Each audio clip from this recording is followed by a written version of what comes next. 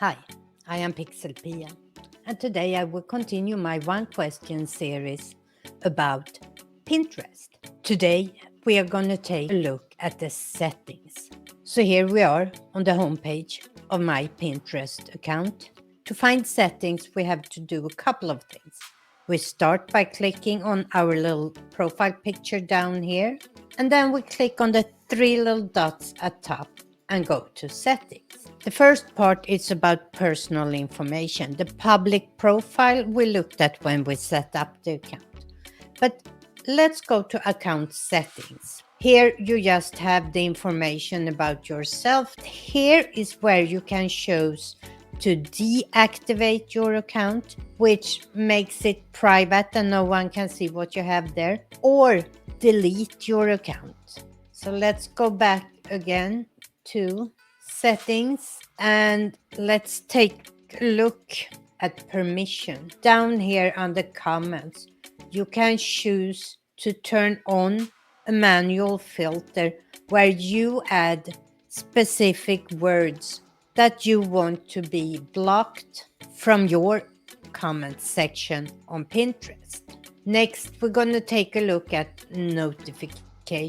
You can get notifications in three ways. You can get them when you log in on Pinterest, and they will show up down here when you have notification. You can get them by email or by pop-up notifications, those little pop-ups up here when you are online from different apps, if you have that set up. So when it comes to on Pinterest, you can choose to see activity from other people or not. And these are like Facebook friends and people you follow that will show up by email. As you can see, I have disabled all notifications by email. But this is how it looks when you first log in. Pins you have saved, you will get an email, boards for you, topics for you, recommendations, searches, and so on. You can choose which ones you want to get an email from. I turn all of them off. I want either a message when I log into my Pinterest, or in some cases by push notification. And here you have the same thing as with email. You can pick and choose or turn everything off. Privacy and data. The first one, you can opt out of being found by search engines. If I mark that, my Pinterest profile will not show up in any Google search or Bing search or what search engine people use. Store your contacts. You can choose to let Pinterest add your contacts on your phone in this case, or if you are on the PC, your contacts you have on your PC stored on Pinterest. I choose to not have it. All these four is what information you will allow Pinterest to collect.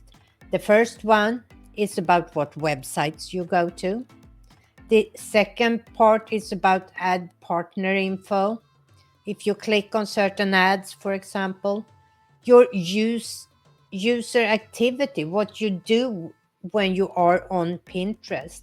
So all of these four will collect information about your online habits and create ads personalized to you. And then we have autoplay videos on cellular data or on Wi-Fi. And the last one is Clear Cache. It's home feed tuner. Under topics, we have the things I chose when I first signed up. So that was the settings on the phone. It is very similar when we go to the website, but let's take a quick look.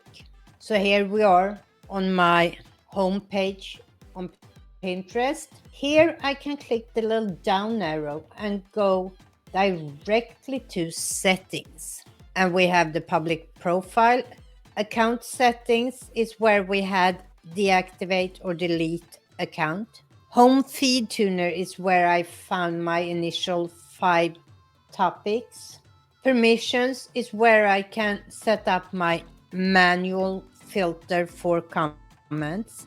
Notification is the same thing on Pinterest, by email and by push notification. Privacy and data. You can hide your profile from search engine. You can set up who can mention you with their @mentions. And then we have all these parts for personalization of ads. Security was something we didn't see on the phone, but this is really important, and I suggest that all of you set this up. Here is where you can turn on two-factor authentication. And as you see, first I need to get a confirmation email before I can set that up. It's confirmed, and now I can require code at login. So that is something I really recommend everybody to do. I hope this helped you figure out how you best can set up your Pinterest account. Hej då!